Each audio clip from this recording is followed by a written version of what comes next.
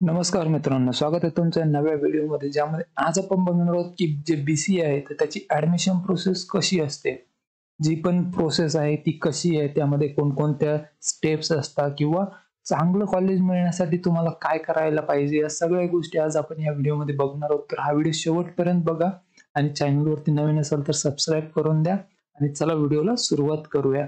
तर बघा, त्याआधी आपण बघूया BCA ला तुमची पात्रता काय पाहिजे. बघा, तुम्हाला जर BCA करायचं असेल तर तुम्ही 12वी पास असणं गरजेचं असतं. आर्ट्स असेल, सायन्स असेल किंवा कॉमर्स असेल, कोणतंही जरी असेल तर तरी तुम्ही जे आहे BCA करू शकता. त्यामध्ये तुम्हाला काही प्रॉब्लेम येत नाही. आणि बघा, जी ऍडमिशन प्रोसेस असते BCA ची, तर त्यामध्ये काय काय असतं.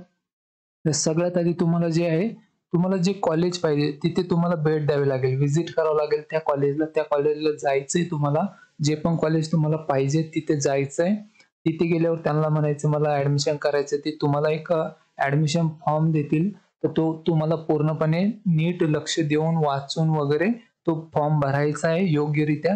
त्यानंतर तुमचे जे पण सगळे जे डॉक्युमेंट्स असतील, ओरिजिनल डॉक्युमेंट, बरं इथं ओरिजिनल डॉक्युमेंट्स तुम्हाला ते सगळे तिथे सबमिट करायचे. जे पण तुमचे असेल, म्हणजे 10वीचे 12वीचे मार्कशीट असेल, 12वीची TC असेल, तर ते सगळे तुम्हाला ओरिजिनल डॉक्युमेंट द्यायचे. जर का कास्ट मध्ये येत असेल, कॅटेगरी मध्ये जर येत असेल तर जे कास्ट व्हॅलिडिटी वगैरे, कास्ट सर्टिफिकेट वगैरे जे असेल ते तुम्हाला तिथे ओरिजिनल सबमिट करायचंय. आणि त्यानंतर तुम्हाला जी पण फी असेल ती फी तिथे तुम्हाला भरायची. आता बघा, फी बरेच जण विचारतात, फी एकदाच भरायची असते की काही इन्स्टॉलमेंट मिळतात. तर बघा, तुम्हाला काय करायचंय, जेव्हा तुम्ही ओरिजिनल डॉक्युमेंट वगैरे दिले का, त्यानंतर तुम्हाला एक अर्ज करायचा आहे, एक ऍप्लिकेशन द्यायचे प्रिन्सिपल सरांच्या नावाने, की मला माझी आर्थिक परिस्थिती जास्ती नसल्यामुळे मी एकदा सगळी फी भरू शकत नाही, तर त्यासाठी मला 2 किंवा 3 हप्ते पाहिजे, इन्स्टॉलमेंट पाहिजे. तर ते काय करतात, तुम्ही जो अर्ज केला का त्यानंतर त्याच्यावरती सही देता आणि त्यानंतर तुम्हाला जे तुमचे फीचे हप्ते करून दिले जाते. म्हणजे तुम्ही आधी थोडे पैसे भरू शकता, म्हणजे एकदाच तुम्हाला पूर्ण फी भरायची गरज तिथे पडणार नाही. आणि एकदा की तुमची फी भरणं झाली तर तुमचं ऍडमिशन जे आहे ते डन होत असतं.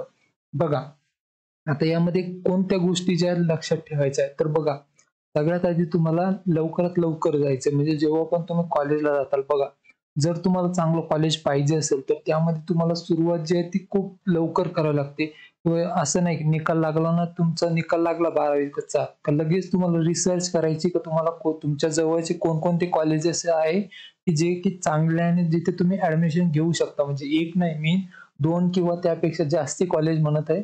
तर तुम्हाला ते कॉलेज बघायचे, त्याची विषयी माहिती काढायची आहे.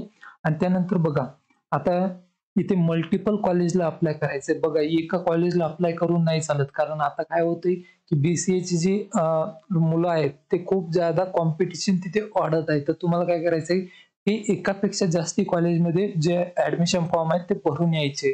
तर त्यानं काय होईल की कॉलेज जर तिथे नाही पण झालं तुमचं सिलेक्शन, तर दुसरीकडे तुमचं जे आहे सिलेक्शन होईल. आणि बघा, जेव्हा पण आता यामध्ये आपण जी स्टेप बघितलं या, तर सगळ्यात आधी तुम्हाला कॉलेजला जायचंय, तिथे ऍडमिशन फॉर्म द्यायचा आहे.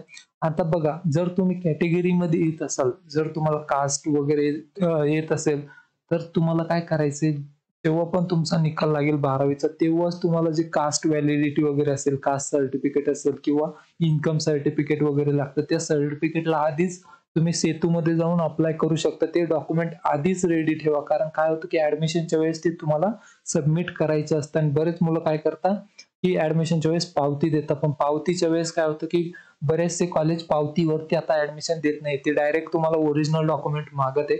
तर तुम्ही काय करायचं की निकाल लागल्याच्या बरोबर लगेच ते अप्लाय करायचं, इन्कम सर्टिफिकेट असेल, कास्ट व्हॅलिडिटी असेल त्याला, आणि ते डॉक्युमेंट आधी काढून ठेवायचे. आणि नंतर मग ऍडमिशनला तुम्हाला जायचं, तिथे कॉलेजला गेल्यावर ते सबमिट करायचं. मग नंतर तुम्हाला काही प्रॉब्लेम येणार नाही. फीचं जसं मी सांगितलं, तुम्ही कॉलेजला गेल्यावर प्रिन्सिपल सरांच्या नावाने अर्ज करायचा आहे. त्यांना त्याच्यामध्ये सांगायचं की मला एकदाच फी भरता येत नाही, तर हप्ते मिळतील का, ते तुम्हाला हप्ते करून देतील आणि तुमचं ऍडमिशन जे आहे ते कम्प्लीट होतील. तर हे ज्या स्टेप्स असतात, तर अशी ऍडमिशन प्रोसेस असते BCA ची, तर तुम्ही बघू शकता.